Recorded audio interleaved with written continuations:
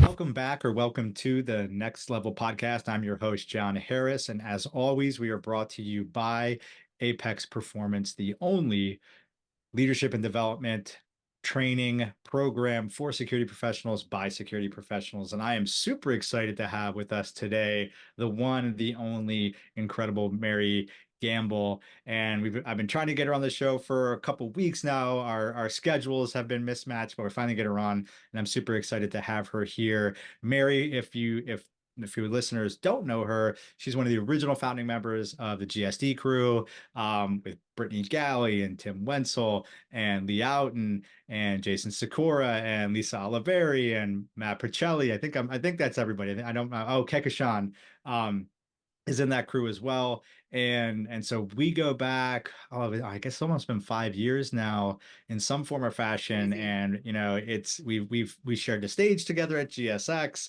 had a lot of fun together. So I'm glad to get you on and have this discussion with you. So welcome, Mary. Happy to have you. Thank you so much for having me on. I'm thrilled to be here. Can't believe it's Awesome. been that long. It was what, September 2019? It's Yes. seems like it was, last September, and I can't believe we're going on, 4+ years here. I know it's crazy. It's one of those things that feels like it feels like it's been a decade because we've done so much in in 5 years. But it Oh, also feels like it's just been a snap of the finger and time moves so quickly. So I always like to, ask a question about when we have security professionals on or security practitioners, none of us grew up wanting to be a security professional. It's not something that people really, graduate high school and target into. Your journey's no different. It wasn't like you struck out, but it's really unique and it's really interesting. And I'd love to start there. Maybe you can share a little bit about your background and how you ended up in this crazy security world that we all play in. yeah, I'd be happy to. And it's an unusual journey, indeed. So I am a lawyer, and even in that domain, where most people grow up saying, what do you want to be when you grow up? And they go, a doctor, a lawyer, whatever.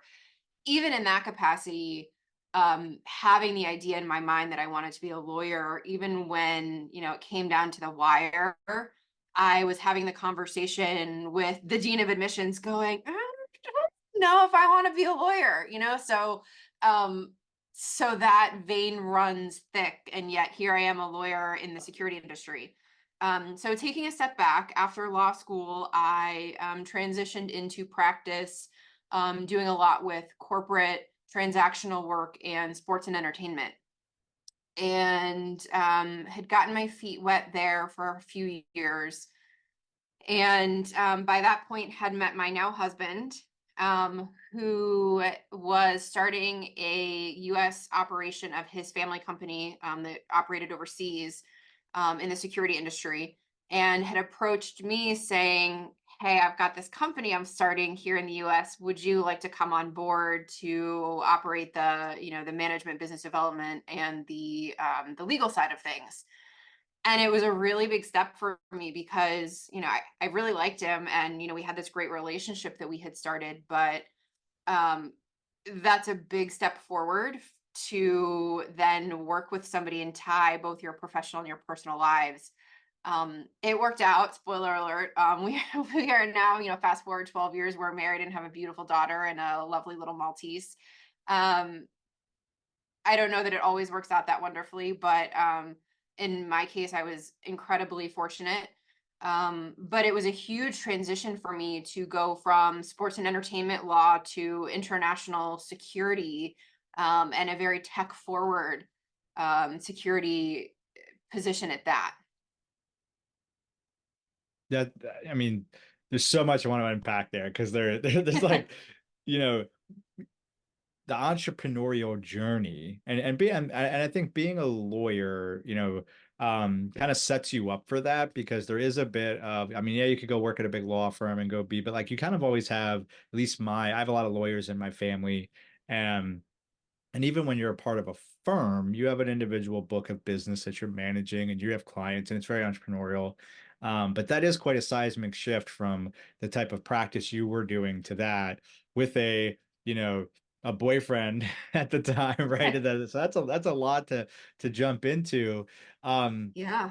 but it wasn't just that, right? Because then you went and uh, it, it was an international business, right? So then you go and it's not just like, hey, Yeah. go manage this in the States, but you go and you manage this international or global business, right? Because there was US and out of the US. So talk through a little bit of that of like not just you're jumping in, you're embarking on a true entrepreneurial journey. You're leaning in with who knows, and it turns out wonderfully like you mentioned, but a lot of risk and for a lawyer and then going in the security industry to typically risk adverse areas of operation. You take on a Yeah. lot of risk right away.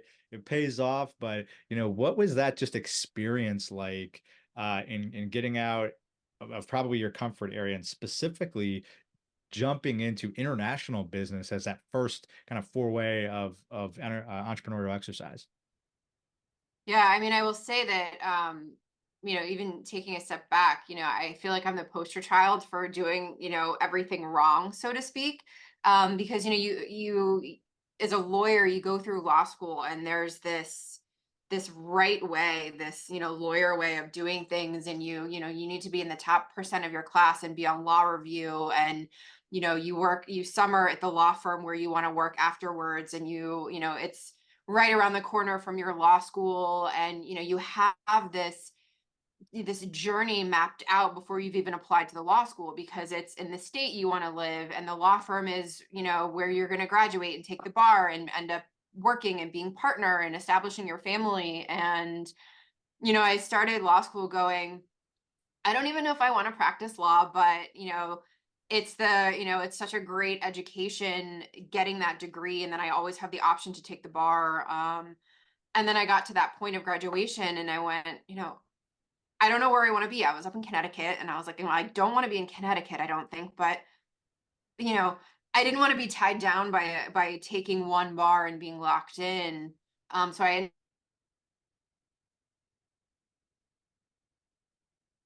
ended up taking New York, and that gave me a lot of just being anchored in New York. It kind of gave me the most flexibility, and then immediately moved to North Carolina. So there goes my planning. I kind of laugh along the way of all these transitions that I stumble into.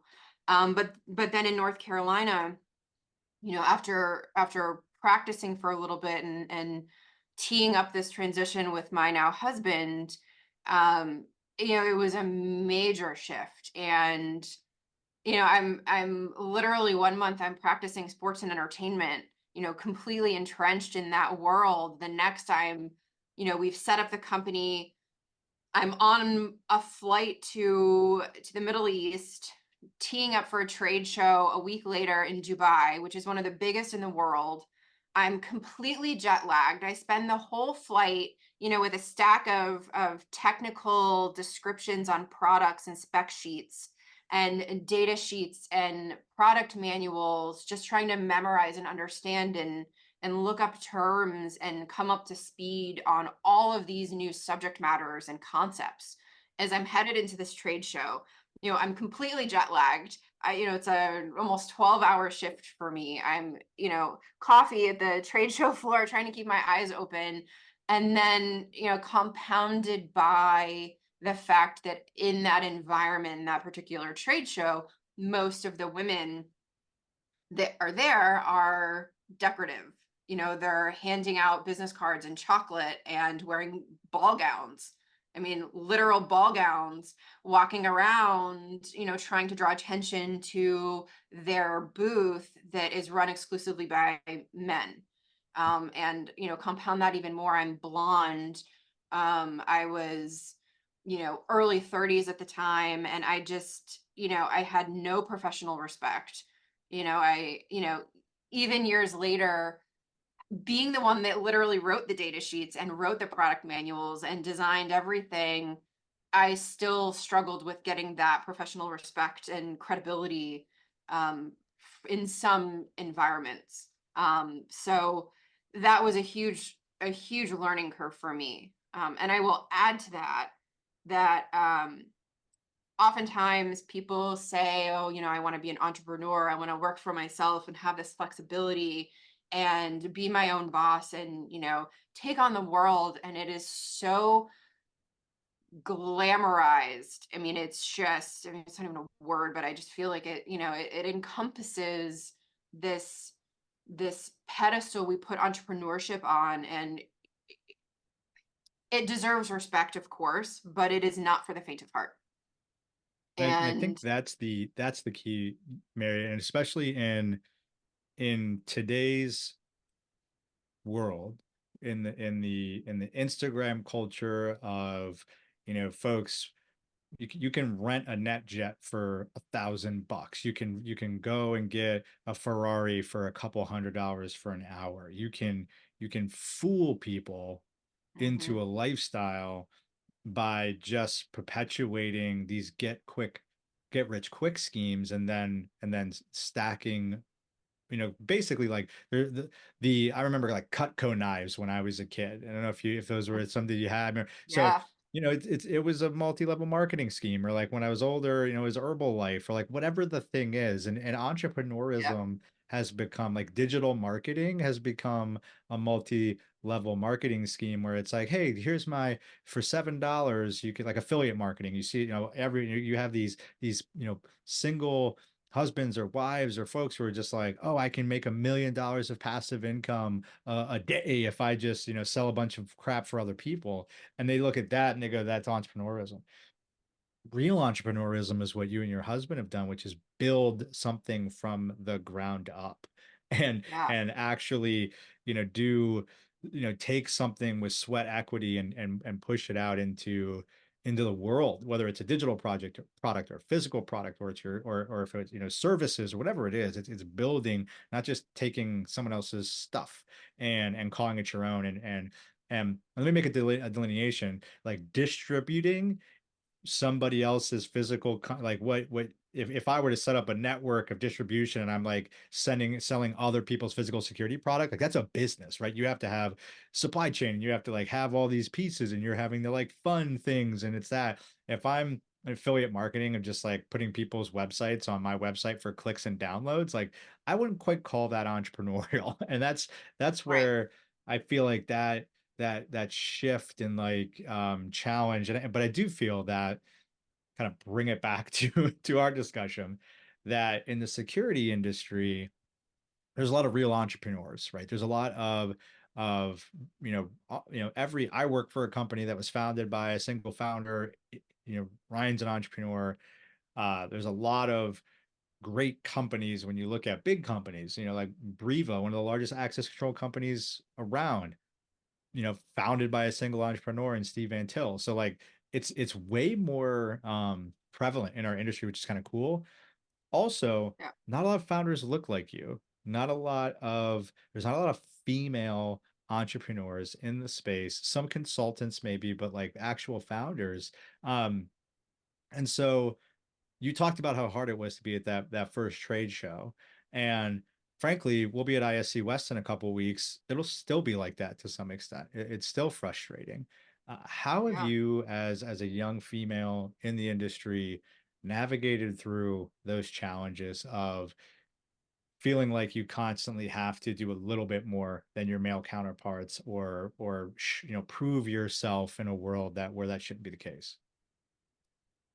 I think by trying to over prepare Mm, and overthink. And I mean, to your point, even things like professionally, after I got married, I have kept my maiden name because so often, and I hate to perpetuate this perception, but oftentimes when you see a partner dynamic, a husband and wife, or two partners that are married or together, um, you see that same last name.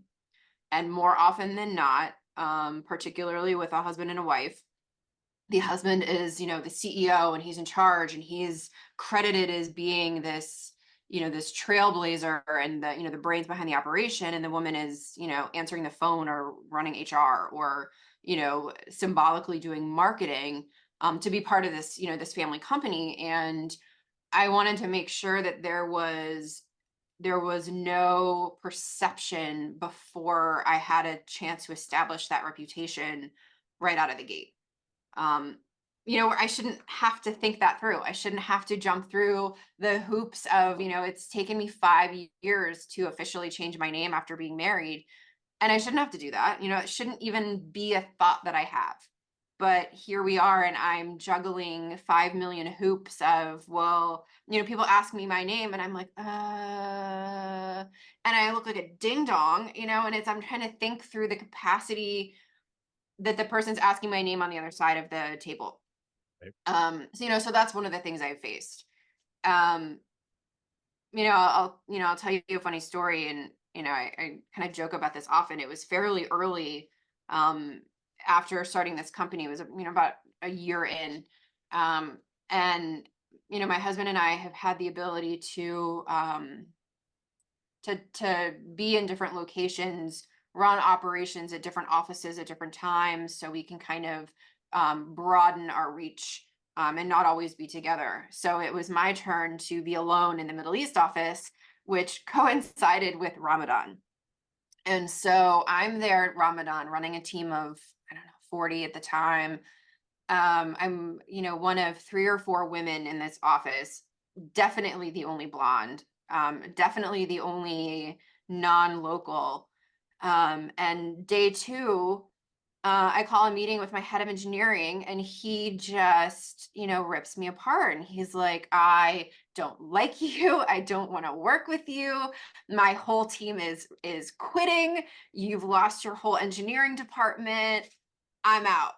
And I was so baffled by this. And it was one of the toughest professional experiences I had. And I kind of just closed my doors and crumbled for a minute. And I went, oh my gosh, how am I going to call my husband when he wakes up in a few hours and tell him we have no engineering department anymore because the head of engineering hates me and he just quit, and so did the whole team. And fast forward to the next day, and he shows up, hat in hand, and says, I'm so sorry. It was the start of Ramadan, and I was hungry and tired, and fill in the blank, and I have to apologize profusely, and we're actually all here for you, and I do really like you, and can we just please move forward? But it was such a shock for me that that was even an option, because if I didn't look like this, that conversation never would have happened. um so there's cross. It's such an interesting because there's a couple things there I'd like to double tap into. What an interesting learning experience in cultural business dynamics Yeah. around a few things, right? One, the power perception in a different place in male and female that is probably could be I mean, not to say, I guess it's probably more common in the US or other locations to have females in positions of power, even though it's still not enough and still not as common as maybe it should be. Other places in the world, almost unheard of. And so you're there. But then also the interesting thing is, like, it was Ramadan, you knew that. And there's a couple responses you could have had to that. You could have told that guy, you could have cut off you could have made a PowerPoint and say, I'm gonna make a point here, but you didn't, right? And so part of it was understanding this is unusual. And I'm putting words in your mouth a little bit, but I'd love your feedback on if I'm kind of reading this right. Of like, one, you need an engineering team. So it'd be very Yeah. self-defeating for you to go, F you, like, I don't want you back, you're out of here. But also like a learning opportunity, and then working and moving forward with them, of both you understanding, hey, like, all of this, like, Ramadan's a tough period of like spiritual reflection, and you're sacrificing a lot, and you're not eating for 12 to 14 hours or more, and not getting, and then eating and then staying up, and so not getting a lot of sleep and a whole bunch of other stuff. um what was it, so acclimating to that on your own without your husband early in your career, acclimating that international location, like, what a baptism by fire. But Yeah. seems like you came out of it a lot. with a lot more knowledge, a lot more understanding, and a reference point to come back to in the future to to educate yourself and others.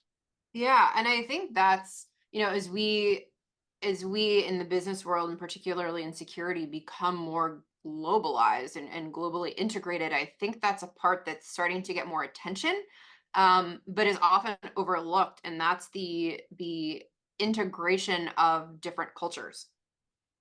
So we've got an office in the Middle East and one in Germany, and the dynamics are so different. I mean, we sit in Germany and it's um, you know, this manufacturer that we work with, my husband is known for over a decade, 15 years, and still calls him very formally by Mr. and his last name. And I call him by his first name, because culturally I'm so used to it. Culturally, the gentleman expects Americans to be less formal, and I get away with calling him by his first name, where my husband doesn't. And unique things like that, where on the flip side, in the Middle East, the perception is, and the integration is so different. I mean, we've got staff that come in to interview, and especially as a lawyer, that's very, very cognizant of HR requirements, and following the regulations on what is acceptable or unacceptable to ask or information to provide, and navigating the HR process. We have people coming in with, I have my driver's license, and I'm married or unmarried, or I plan to be married, or telling all of these very personal details, and I want to, like, please don't tell me. And culturally, it's accepted. Or Yeah. people that refuse to shake your hand, in high level meetings, and it kind of catches you off guard.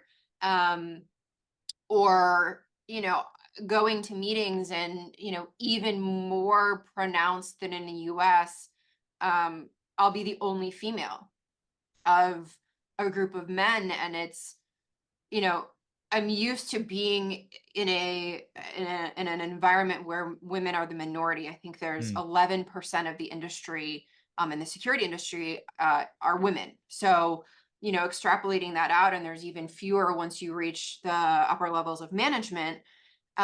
There's even fewer professionally in the Middle East, and I have to applaud my husband for integrating me and for standing by me and kind of almost forcing that integration. And I'm really lucky that the people that I meet with, and that are part of our professional network there, don't blink twice. Um, so, I think it's changing, and I think, it's our job as professionals and those that are more seasoned within the industry to not only blaze the trail, but also to remember to kind of reach that hand backwards and pull people along with us. That's a great point. And you've been doing that most recently with your participation in the Women in Security group within ASIS. How important, one, how did you get connected to that group?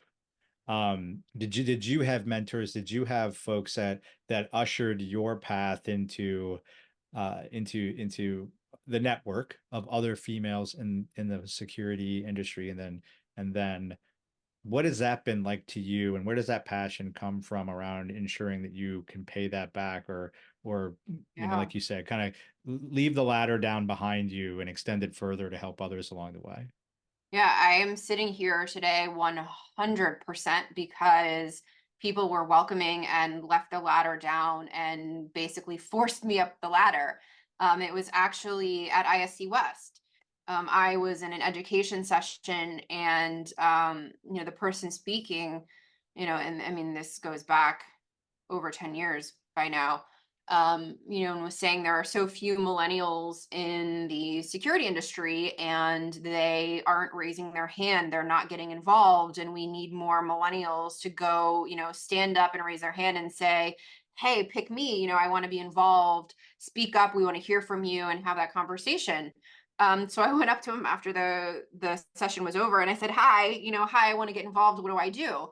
And by that afternoon, I was in front of the then chair of the Women in Security. It was a council at the time, but the Women in Security community at ASIS, which right off the bat was a testament to the collaboration. I mean, because ISC West is not an ASIS event, but to even have that industry collaboration to say this person is really going to be helpful for you professionally, let's plug you in no matter where they come from. And I had a wonderful conversation.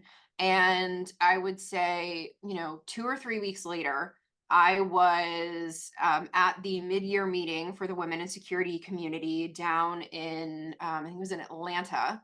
And by that point, I was co-chair of one of the committees. By summertime, the current chair was rolling off to go to a board position, and I was chair of that committee. And, and I remember those early meetings looking around going, these are such impressive women doing such incredible things. And I am grateful to be here and I want to stay plugged in. But man, I will never be able to be, vice chair or chair. It just terrifies me. And here I am 3 months into being chair of Women in Security. So it absolutely, I wouldn't be here but for, okay, so I raised my hand, but that gentleman could have very easily said, great, go to this website and check out the opportunities, or hey, here's some ideas on getting involved, and blown me off. The woman that I met with very easily could have been, here's the website, and, we hope to hear from you. But because they really yanked me up the ladder, they pulled me in, they were so welcoming and so supportive. And so I think we really, we benefit as a community by doing that to others. And it's so wonderful to see other women doing that and not, having this, hey, I worked really hard to get here and I don't want to be threatened by somebody climbing this ladder faster than me or shining brighter than me. Um, by recognizing there's enough spotlight for all of us and we can shine in very different ways and be very different people, I think is just so important and it's wonderful to see. It's so well put. And I had a conversation with Brittany Galley. She was on the podcast. By the time this our episode publishes, she'll hers will already be public. There's a very similar conversation that her and I had about we uh we as an industry have a leadership crisis ahead of us. We do not have enough leaders to fill the holes that are being left by the generation before us. And so it is in our best interest to expedite the growth of those under us. Now, it doesn't mean they won't have to work hard. It's not a free ticket to the top. If I can make it take 5 years instead of 10, like you and I, that's a 10 to 12 to 20-year journey from when I entered the industry in 2000. I mean, when I was in the army in 2000. So, but then I went to school. So like realistically I entered the industry in 2007. So that's a 15, 17-year journey. Um, and we don't have that long to get the next generation ready to fill the holes that because we're filling the holes that were left with the people who are leaving, and Yeah. we need folks to come in and develop. And to your point, the magic happens when we just say, if you raise your hand, I'm going to call, and I'm not going to call on you. And I love that because like Brittany is a person who embodies that. Like if you raise your hand, I'm not just going to call on you. I'm going to come grab your hand and drag you along with me. And I think that us as this next generation of influential security leaders have to take that mentality. If you're going to raise your hand, Yeah. I'm not just going to call on you and point you to a website. I'm going to grab you and I'm going to run and I'm going to go connect you to the person that I think could be best for you. And I know that, I mean, this isn't, you're not just saying this.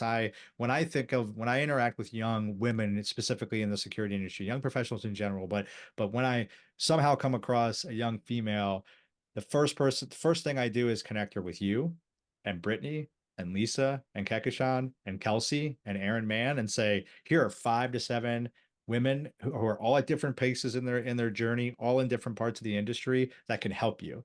And I know that it's not going to just be like, hey, call me. It's going to be like help, real help. Right. And so That makes so much difference, and this is the first time I'm hearing you share this story, but it's the same thing. Somebody before took that time with you and didn't just wasn't Yeah. just lip service. It was execution. And look what that, 20-minute investment created. The future chair. Fast forward, 10 years later, the future chair of women in security. So these investments pay off, right? They make impact and they're meaningful, and it's a great way to pay it forward. It is, and one of the lessons I've learned as a professional is the difference in colleagues, in management style, in personal style of working with somebody that has the Rolodex and touts the Rolodex and never shares it, and the person that will grab you by the hand, like you, make all of the introductions, and the people on the other end are going like, that's so great, it's so great to see somebody new in the industry, and how can I help you? um and it's taken me a number of years to really recognize that difference and the difference it can make professionally. And I think, we're so lucky, at least in my experience with the women that I've come across and a lot of the professionals I've come across, where overwhelmingly the people that I have met, if you have a conversation with somebody, a one-on-one, a small group conversation, you share, hey, I'm working on this, or here's something that I'm thinking about, before even asking, the person on the other side is going, okay, who can I connect you with? How can I help you achieve this goal? Let me think about it. And I usually get a follow up, or I get somebody in that conversation that will help me move ahead, whether I've asked for it or not. Um, where on the flip side, I've had people more often in other industries that kind of have this like, oh, well, that's tough, a best of luck for you. And if you get 5, 10, 15 steps down the road and you think I can be helpful, definitely let me know, I'll make an introduction. And it's like, well, I'd really appreciate the introduction now, because now is when it would be helpful, or to have the guidance or the professional development. So, I do have to applaud the security industry, because at least in my experience, and I know, for every one of my wonderful experiences, there are several that aren't as positive. I think the atmosphere we're building is very collaborative, very helpful, and not one where women are afraid that there's only a limited amount of sunshine to distribute. And I think it's also like who you surround yourself with as well. I think, by either circumstance or happenstance or whatever stance it has been, we've been able to find ourselves in a immediate orbit or, somewhat connected orbit with some fantastic people. I've spouted off a few. You have kind of the GSD crew that kind of came together around like a bunch of folks who were just kind of like 1 or 2 degrees of separation away from each other, but all were like, hey, we all feel like there's an opportunity to take the good in security and like maximize it. And if we all lean in together, we can take this further really, really fast. And that kind of sparked the movement. And then the TKG, um, yeah, thing that Lee and Kelsey and Tim and Keikashan and that whole group pulled out of that. And then Mhm. and then all these kind of other things that now orbit around this group that all really just care about each other and are willing and with every positive connection that we make, it's like, you know, multiplying itself. And I think that's just a representation of the broader positive. And like you said, are there like shitty people who only care about themselves and won't return your phone calls and will say everything nice to your face when you see them at a happy hour at ISC, but like never call you back? Yeah, but there's like my experience is that that's overwhelmingly becoming the uh the the exception, and that way Yeah. more people want to leave it better than we found it. and we're out, whereas 10 years ago they're like, hey, millennials, raise your hand, be careful what you wish for, because we all raised our fucking hands and we're changing And here we the are. way the Yeah. industry and we're running the Yeah. industry. So Yeah. I think that's a a testament to actions over words, and actually kind of making movement. I want to circle back to something that I took note of, that I've experienced personally, and I want to get your thoughts on it. You mentioned as you're heading over to Dubai on that first plane ride, you're feverishly writing down everything you could possibly want to know. Do you feel that's that lawyer in you from, like, case studies and like prepping for like a law case? I just think about, like, my plan, just like, you had a plan. My plan was to go into law enforcement or become a lawyer. Didn't happen that way, but I took pre-law, and I did kind of like preps and things like that, and cutting states, studying case law, and like just the level of detail and intentionality. You need to understand everything because you're going to argue it, and you need to go 10 questions deep. Do you feel that prepared you to, did that create a habit in you of being able to distill and just digest tons of information, and then be able to, I don't want to say regurgitate it, because it's not just regurgitating, it's understanding and reflecting it. And if so, if that's an accurate assessment, how has that served you in your journey in the security industry, where this balance of like process and technical, and kind of having to know and build out this wide array of knowledge and capability? Yeah, I think, exercising a little self-reflection, I think there's a few layers there. One that kind of took me some time to really acknowledge and accept about myself is, um, while I'm fine speaking publicly, I'm fine in group settings, I'm also very much an introvert, and I'm quiet and reserved. And being called on the spot, is just torture for me. I mean, getting through law school was torture because um I hated being put on the spot, and even if I knew the answer, it was stressful for me. And reflecting back, even in my early elementary school years, my teachers would comment to my parents saying, "We've noticed if she's sitting in the front row and doesn't have anybody, in her peripheral, she raises her hand all the time. If you put her in the back, she's looking at the entire class. She never speaks up, never raises her hand, and is always quiet." The same with law school. I would prepare, and I would have, my answers for class, and I'd get called on, and I'd go, and I'd panic. And, I had professors going, "Miss Gamble, is the for dramatic effect, or do you just not know the answer?" And kind of really, my cheeks are even redder at that point. And, I kind of clam up and I freeze, even if I know the answer and I can, provide something intelligent in response. I recognize that limitation in social settings. Um, Adding to that, sort of that academic background, where I feel like I got through a lot of high school by not having to overstudy or over prepare. A lot of it came naturally to me. I feel like my nerdiness sort of emerged in college with note taking and studying and being organized, and kind of carried me through college. um, but was also further developed by some professionals that I worked with that were over preparers. Mm, And I'd kind of look at times and be like, you're making just a mountain out of this trivial meeting, or, you're going so far above and beyond from this client meeting, or from this, research standpoint, you know, but I'll tell you, when the time came, it was such a great feeling to have over prepared, because you knew all the questions. And when you got that rogue question that you weren't anticipating, but you did your homework, it felt really good to know the answer.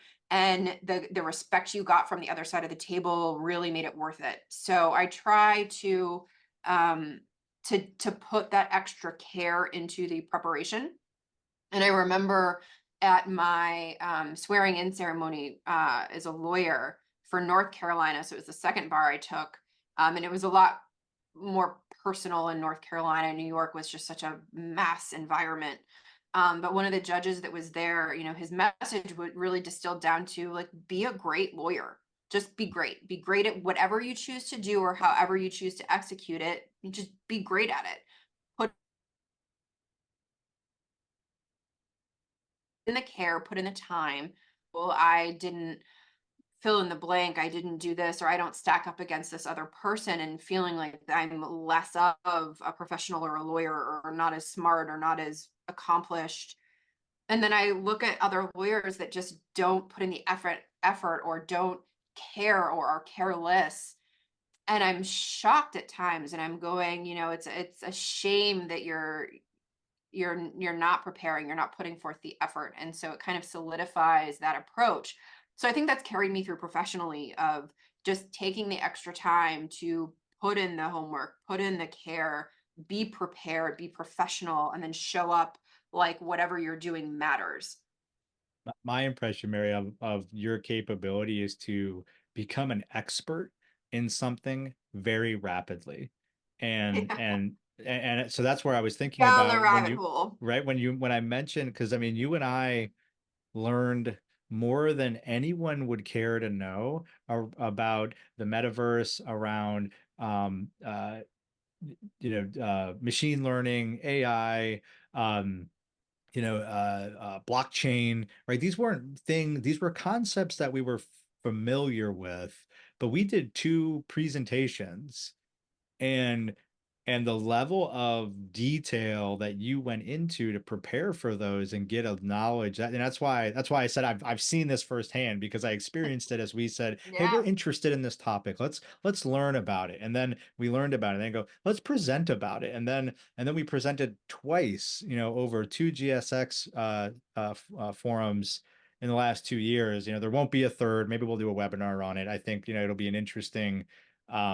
I'd love to see what I see at ISC West and see how that inspires us. Maybe you and Lee and I can do a webinar this year, Yeah. about a third follow up, because I think like generative AI wasn't really even in the conversation to the depths that it is now. The large language models, some of the other stuff. I would just today, the NFID, so the first blockchain designed for physical security identity management, was launched.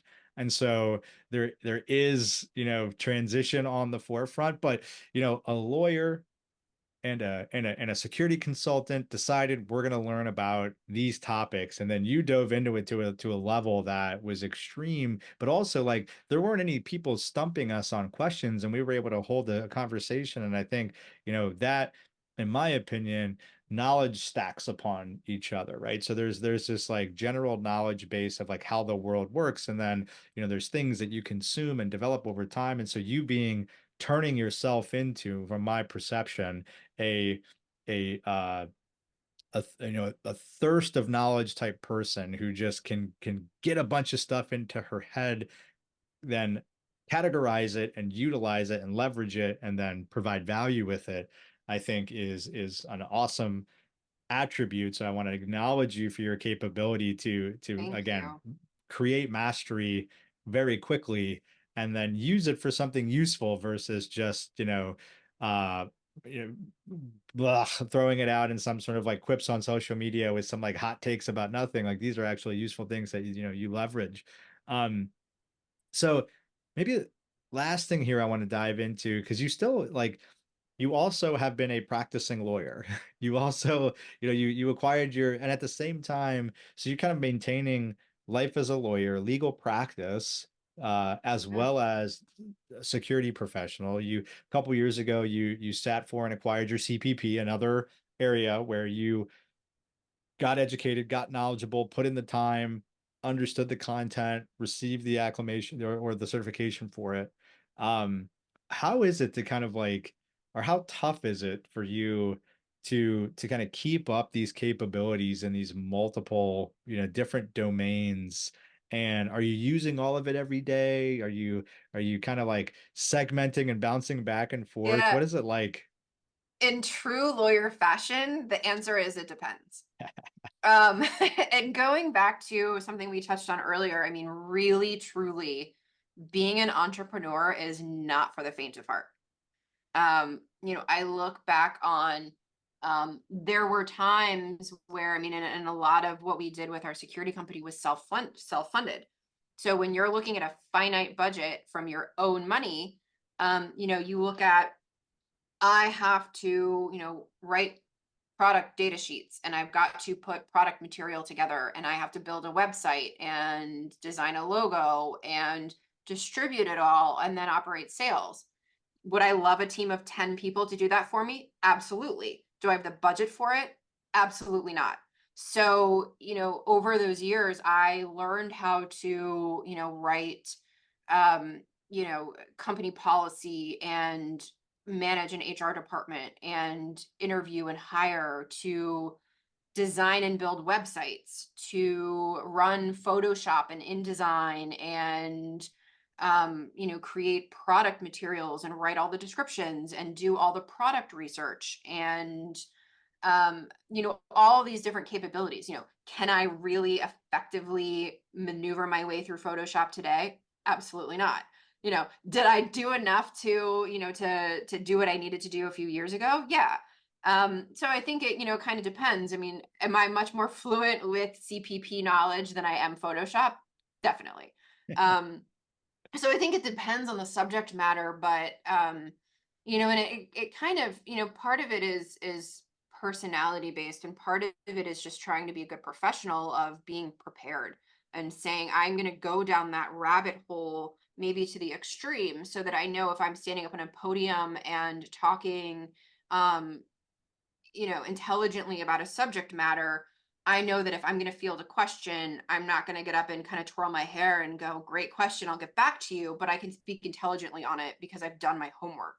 So I try to do the same, when I'm researching products for integration into a product line. I've done the research on the components to know which one are better than the other and what's the emerging technology. And are we chasing down something that's going to be obsolete in 6 months because of a new standard that's being released? Or, is this what customers want? Or, is this the right design feature that we want? Or any of those things, or on the legal side, is this really what my client wants, or is there something else that might better serve their needs? So it's, it kind of ties into just trying to be a good professional and do a lot of that homework. I mean, I think, yeah, I think my nerdiness and my thirst for knowledge and over preparing kind of, takes, that to an extreme in some senses. But that's sort of the way I've approached it, is to try to be prepared so that, I don't get caught not knowing the answer. Yeah. I mean, it's and it's a trade-off too, I think, to like to try to balance. You got to make some bets, right? On like on where am I going to spend my time, where am I not? And I've been doing a lot of reflecting on that recently when I feel just kind of personally that maybe I'm not moving the needle as much as I want to in a certain area professionally. Instead of maybe doubling down and getting more aggressively patient of just like things take time, I have a tendency to be like, oh, I'll go like dabble in this other thing for a while because I know I can move that there. I like kind Yeah. of get like, just shiny object of like, well, let me go find, pick up this ball and move it because at least it's momentum, versus just saying like, hey, just stay the course. What can you do just to move it? And so having that discipline around like, these are my areas of focus, and this is where I can be more impactful or most impactful. This is my lane, and don't get out of that lane. So I've been carving back and kind of breaking up with side projects, as I'm calling it, to not waste my energy and kind of disperse myself over too Yeah. many different places. And so, that's the offside too of like, if you are going to have that kind of intentional focus, you can't have it in 10 places. It's got to be Yeah. located in the right spot. Um, Absolutely. well, as we kind of wrap things up and land the plane on this one, what are there, you know, go back 10 years, if you could speak to Mary from, 2012, 2014, are there any pieces of advice that you'd give a younger self, Don't do it. prepare No, I'm kidding. of how, lessons learned, or if it's not you, you're talking to a young professional who's in that same stage, they're entering the industry. What's a few pieces of advice or guidance you could provide to help them, like you're already doing, right? That help them short circuit, maybe, Yeah. cut that timeline down. I think that's a great question. I think it's a really important one. I would say two things. I would say one is follow your passion, do something that you enjoy doing. And I mean, yeah, I mean, within reason. Would we all love to be sitting on a beach and reading a book and drinking fruity cocktails and,